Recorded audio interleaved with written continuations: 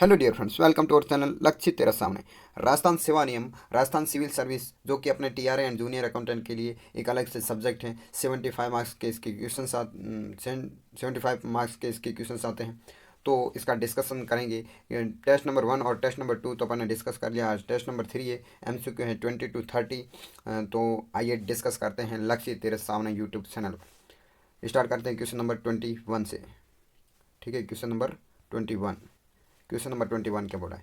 राजस्थान राज्य सेवा में सम्मिलित सेवाएं की सूची दी गई हैं। अब राजस्थान राज्य सेवाओं में अगर सम्मिलित सेवाओं की सूची है, शेड्यूल कौन से शेड्यूल में दे रखी है कि Rajasthan civil services classification control and appeals नियम 1958 को अनुसूची 1 में, Rajasthan civil services classification control and appeals नियम 1958 को शेड्यूल 2 में, राजस्थान सेवा नियम भाग 1 में, राजस्थान सेवा नियम भाग 2 में। तो यहाँ अनुसूचित शेड्यूल 1 में राजस्थान राज्य सेवाओं में सम्मिलित सारी सेवाओं का वर्णन दे रखा है, तो ऑप्शन ए इज राइट हो जाएगा।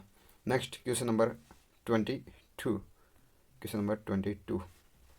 एक राज्य कर्मचारी को प्राप्त होने वाला आवर्तक या अनावर्तक भुगतान जो संचित निधि से किसी सामयिक कार्य के लिए रेमुनरेशन के रूप में या पारिश्रमिक के रूप में स्वीकृत किया जाता है, तो वो कहलाता है कि एक राज्य कर्मचारियों को प्राप्त होने वाला आवर्तक या अनावर्तक भुगतान जो संचित निधि से किसी सामयिक कार्य के लिए कोई एक स्पेशल कार्य करता है, तो उसके रूप में पारिश्रमिक या रेमुनरेशन स्वीकृत होती हैं, तो उसे क्या बोलते हैं? अनुदान, ग्रांट्स, मानदेय, होनोरियम, शुल्क, फीस, भत्ता, अलाउंस। तो यहाँ ऑप्शन बी इज राइट हो जाएगा, मानदेय, यानी कि वो मानदेय होनोरियम कहलाता है। Next question number 23।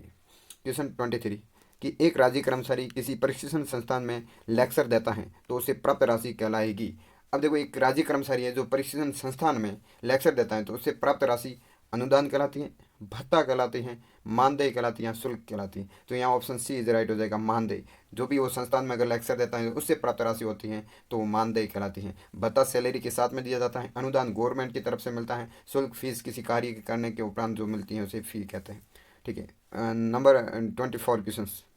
Question number 24 कि क्वेश्चन नंबर 24 अवकाश की परिभाषा में शामिल हैं। अवकाश की परिभाषा में वो हॉलीडेज, अवकाश की परिभाषा में क्या शामिल हैं?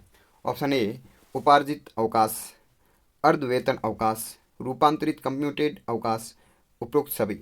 तो यहाँ ऑप्शन डी इज राइट हो जाएगा, सारे के सारे अवकाश में शामिल होते हैं, अवकाश की परिभाषा में शामिल होते हैं कि अवकाश एक उपार्जित अवकाश हो सकता है, अर्धवेतन अवकाश या रूपांतरित अवकाश के नाम से भी जाना जाता है। तो हॉलीडेज में ये सारे के सारे शामिल होते हैं। Next question number 25। Question number 25 अवकाश की परिभाषा में शामिल नहीं है। अब लास्ट क्वेश्चन 24 में देखा कि अवकाश की परिभाषा में शामिल है, अब देख रहे हैं कि अवकाश की परिभाषा में शामिल नहीं है। अध्ययन अवकाश, ठीक है, अदेय अवकाश, आकस्मिक अवकाश या असाधारण अवकाश। तो अवकाश की परिभाषा में आकस्मिक अवकाश शामिल नहीं होता है, बाकी सारे के सारे अवकाश शामिल होते हैं, तो आकस्मिक अवकाश इसमें शामिल नहीं होता है। ठीक है, next question number 26।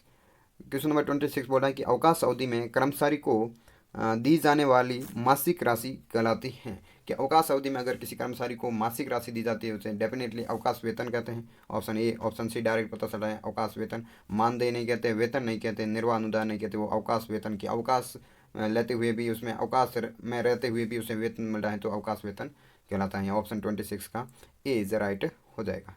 Next question number 27। Question number 27 देखते हैं कि ये स्थायी नियुक्ति के फलस्वरूप, यानी स्थायी नियुक्ति के फलस्वरूप अर्जित स्थायी पद को धारण करने का अधिकार कहलाता है। मतलब स्थायी नियुक्ति के फलस्वरूप अर्जित स्थायी पद को धारण करने का अधिकारी कहलाता है। जो उसका जो पद है वो स्थायी हो गया, फिक्स हो गया, तो उसे पदाधिकारी कहलाते हैं, लीन कहलाते हैं। ऑप्शन बी इज राइट हो जाएगा। कर्तव्य अधिकारी नहीं कहते, धारणाधिकारी नहीं कहते, उपरोक्त सभी नहीं कहते, यहाँ बी इज राइट हो जाएगा। पदाधिकारी जो स्थायी पद के रूप में नियुक्त हुआ है, तो यहाँ पदाधिकारी सही हो जाएगा। अब नेक्स्ट क्वेश्चन नंबर 28 निम्न में से किस संस्था द्वारा अर्जित राजस्व स्थानीय निधि में सम्मिलित नहीं है? और किस संस्था द्वारा अर्जित राजस्व यानी रेवेन्यू स्थानीय निधि में सम्मिलित नहीं है? जिला परिषद, पंचायत समिति, नगर पालिका या कोई भी नहीं।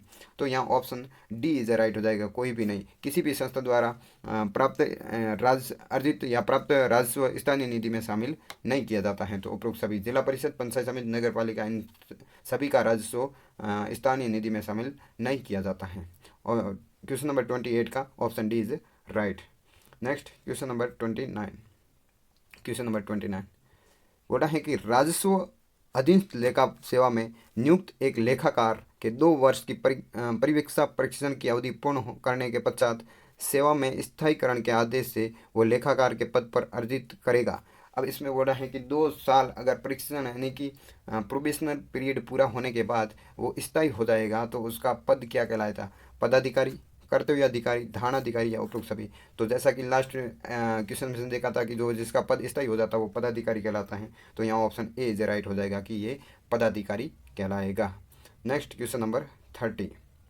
क्वेश्चन नंबर 30 कि राजस्थान अधीनस्थ लेखा सेवा के 20 स्थायी लेखाकारों के आरएस परीक्षा में चयनित होकर कार्य मुक्त हो जाने के तुरंत बाद लेखाकार इन पदों जिन पर उक्त 20 लोगों का पदाधिकार हैं पर की गई अन्य नियुक्तियां होगी। अब देखो इससे जो 20 एक लेखाकार थे या टीआरए थे या जूनियर अकाउंटेंट थे उनका सिलेक्शन आरएस की परीक्षा में हो गया, तो उनके बाद में उक्त वो 20 जो पद थे वो रिक्त हो गए। तो उन रिक्त पदों पर अन्य नियुक्तियां क्या कहलाती हैं? अस्थायी नियुक्तियां, तात्कालिक नियुक्तियां, स्थानापन्न नियुक्तियां या स्थायी नियुक्तियां। तो यहाँ ऑप्शन सी इज राइट हो जाएगा, स्थानापन्न नियुक्तियां कहलाती हैं। जो वो 20 पोस्ट खाली हुई है तो उसकी जगह नए पद भरे जाएंगे तो उसे स्थानापन्न नियुक्तियां कहते हैं। ऑप्शन सी इज राइट हो जाएगा। नेक्स्ट देखिए अपना टेलीग्राम चैनल है, ये जूनियर अकाउंटेंट के लिए सारी की सारी पीडीएफ अवेलेबल होती है और कॉमर्स वाणिज्य वर्ग का सबसे बड़ा टेलीग्राम ग्रुप है, ज्वाइन कीजिएगा। और ये क्यूआर कोड स्कैन करके भी पहुंच सकते हैं वहां पर। और जूनियर अकाउंटेंट पीडीएफ नाम से अगर सर्च करेंगे तो भी आ जाएगा चैनल। और इस टेलीग्राम चैनल में ज्वाइन होइएगा और बेनिफिट उठाइएगा। रोज़ रात 8 बजे राजस्थान जीके की क्विज़ होती हैं वहाँ इस ग्रुप में। और एक पौधा उसे लगे आदर्श अमरता देवी लक्ष्य तेरा सामने यूट्यूब चैनल को सब्सक्राइब कीजिएगा। Thank you for watching this session. Bye, take care.